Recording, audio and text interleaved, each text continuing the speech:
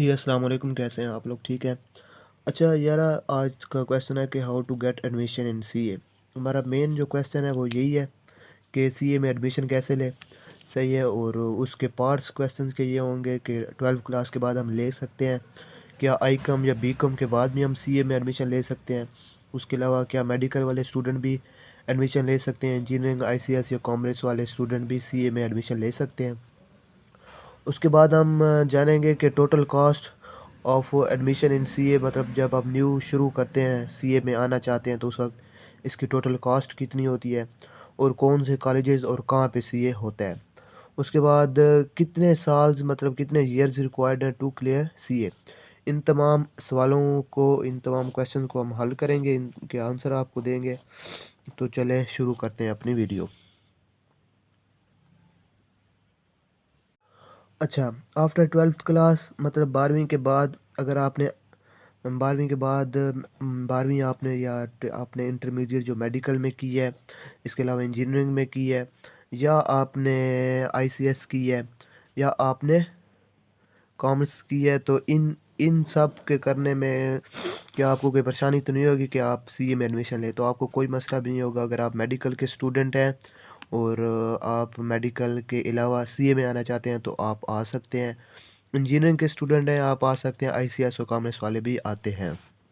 अच्छा, इसमें कोई मसला नहीं। उसके अलावा अगर आई कॉम और बी कॉम किया हो तो वो भी सीए में आ सकते हैं। सही है।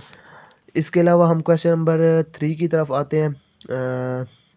क्वेश्चन नंबर 3 की तरफ के टोटल कॉस्ट, जब हम न्यू एक बच्चा फ्रेश बच्चा जब आता है सीए में तो एडमिशन के ऊपर उसका तकरीबन कितनी कॉस्ट आ जाती है। तो डिफरेंट कॉलेजेस हैं। मैं ख़ुद लाहौर से कर रहा हूँ। लाहौर में डिफरेंट कॉलेजेस हैं। पहले कॉलेज का नाम ले लेते हैं। सीएफई है, college of accountancy and finance. दूसरा स्कैन्स है, schools of accountancy and finance, schools of accountancy. उसके बाद है राइज है। सही है। उसके बाद कैप्स कैप्स उसके बाद एक दो और भी हैं।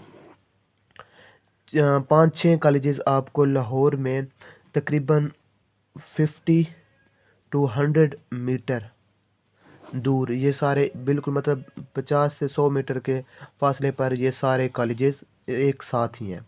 इसका मसला नहीं, आप किसी में भी एडमिशन ले सकते हैं।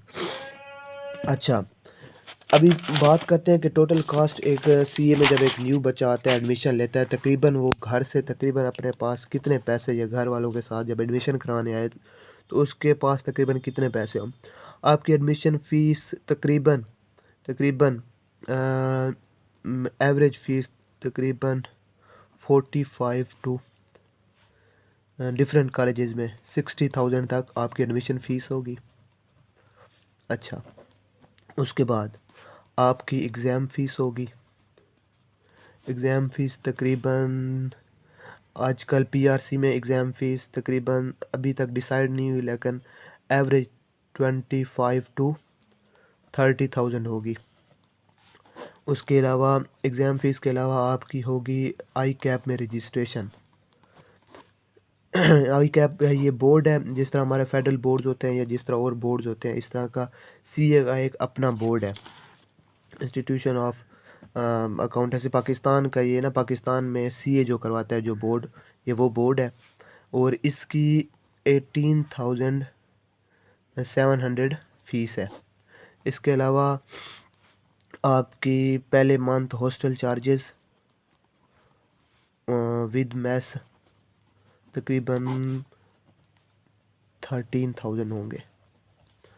तो तकरीबन 1,20,000 या 1,10,000 आपका ख़र्चा होगा जब आप जब आप न्यू लाहौर या किसी शहर में जाएंगे सीए के लिए एडमिशन कराने। तकरीबन आपके पास इतने पैसे होने चाहिए। अच्छा, इसके बाद हम डिस्कस कर लेते हैं कि ये तो हमारी होगी ना फीसेस वगैरह, कितने ईयर्स लगते हैं और सीए है क्या। सीए में टोटल ईयर्स जो एवरेज ईयर हैं वो 6 to 6.5 ईयर्स लगते हैं एक सीए को कंप्लीट करने के लिए।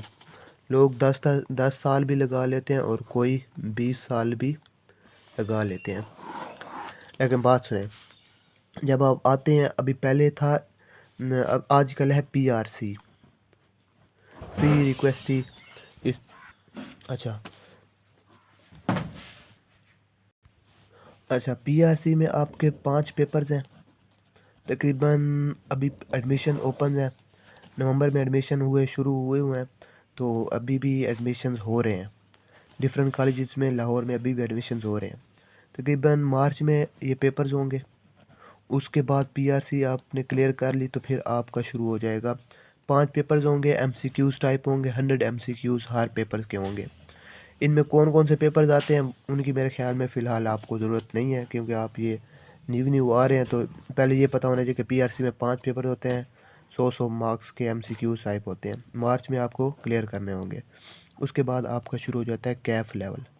कैफ लेवल में 8 पेपर्स होते हैं। कोई लोग 3 पेपर्स उठा के 3 और 2 पेपर लेके मतलब तकरीबन 2 साल में क्लियर करते हैं। कोई 1.5 ईयर्स में क्लियर करते हैं। कोई 4 पेपर इकट्ठे उठा के कैफ क्लियर करते हैं। जैसे ही आप लोग कैफ क्लियर करते हैं उसके बाद आपकी आर्टिकल्स शुरू हो जाते हैं। इतनी मेरे ख्याल में डिटेल्स में आपको फ़िलहाल जाने की ज़रूरत नहीं है। आप जब आएंगे तो आपको सारी चीज़ें पता चल जाएंगी। आर्टिकल्स क्या है, 3.5 ईयर्स आपको आर्टिकल्स में लग जाते हैं। आर्टिकल्स के ऊपर थोड़ा आगे जाके फुल डिटेल में बात कर।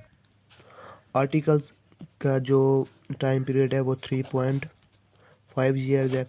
जब आप कैफ क्लियर करते हैं 3.5 ईयर्स में आपकी स्टार्टिंग सैलरी शुरू हो जाती है, जिसे हम 14,000 या 12 to 14,000 ये होती है आपका स्टाइपेंड, जो आपको पैसे मिल रहे होते हैं जिन फर्म्स में आप आर्टिकल या जिसे हम कहते हैं प्रैक्टिकल, जिस तरह डॉक्टर हाउस जॉब वगैरह करते हैं। अच्छा, पहले साल इसमें आपने कि पेपर्स भी क्लियर करते होते हैं। आपने पेपर जैसे जैसे आप क्लियर करते जाएंगे और आपका ये टाइम पूरा होता जाएगा, तो फिर आपका जब CA क्लियर होगा तो उसके बाद डायरेक्ट आपकी सैलरीज शुरू हो जाती हैं। मिनिमम एवरेज सैलरी जो होती है वो तकरीबन 1 लाख प्लस ही होती है। अच्छा, ये तो हो गई मतलब क्या था CA। उसके अलावा जो आप चाहते हैं कि जो भी आपका क्वेश्चन है वो आप कमेंट में हमें इनबॉक्स करें, उसका आंसर आपको ज़रूर मिलेगा। थैंक यू, अल्लाह हाफ़िज़।